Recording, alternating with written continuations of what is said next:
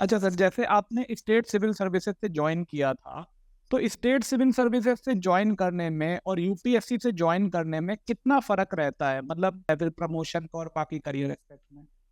ये बड़ा अच्छा सवाल है, बिल्कुल कई लोगों को इसका पता नहीं होता है। तो 1/3 of the post in every state, IAS as well as IPS, around 1/3 are filled up by promotion from the state civil service or the state police service. तो जैसे HCS, PCS, HAS, RAS, ये सब state administrative या civil service है, और Haryana police service भी है, DSP तक आ जाते हैं उसमें। तो यू कैन से कि तकरीबन 12 से 20 साल लगते हैं, 15 से 20 ही लगते हैं वैसे normally, to get promoted to the higher service, that is the all India service. उसका प्लस पॉइंट ये है कि आपने अगर PCS क्रैक किया और पंजाब में रहते हैं तो आपको पंजाब ही मिलेगा। जब आप पंजाब सिविल सर्विस में रहेंगे तो आप अपनी सर्विस में ही रहेंगे, और जब आप IAS बनेंगे तो भी अपने कार्डर में पंजाब में ही रहेंगे। और अगर आप IAS बन गए और आप असम चले गए या मिजोरम चले गए या केरला चले गए, तो फिर आप 35 साल के लिए वहीं चले गए।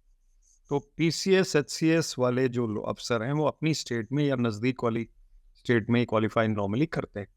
कर्नाटका से कोई आके HCS में क्वालिफाई करे ऐसा कोई देखा नहीं है हमने एग्जाम्पल, क्योंकि नॉर्मली मदर टंग भी होता है, एलिजिबिलिटी होती है, कई चीज़ें। उसमें माइनस पॉइंट ये है ऑब्वियसली कि आप चीफ सेक्रेटरी नहीं बन सकते, आप DGP नहीं बन सकते। आप जब तक रिटायर हो जाएंगे तो आप तब तक IG या एडिशनल DGP बनेंगे पुलिस में, और सिविल सर्विस में आप या तो सेक्रेटरी बनेंगे या प्रिंसिपल सेक्रेटरी बनेंगे, या हद से ज़्यादा एडिशनल चीफ सेक्रेटरी बनेंगे, डिपेंडिंग ऑन कितनी एज पे आप आए हो। यंग एज पे आए हो HCS में, तो आप IAS में जाके भी आगे चल जाओ।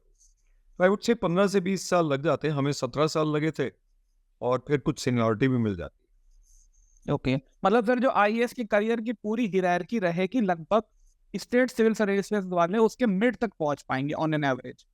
है। ऑलमोस्ट टॉप तक पहुंच पाएंगे, let's say 1 or 2 rungs lower than that. Okay okay okay.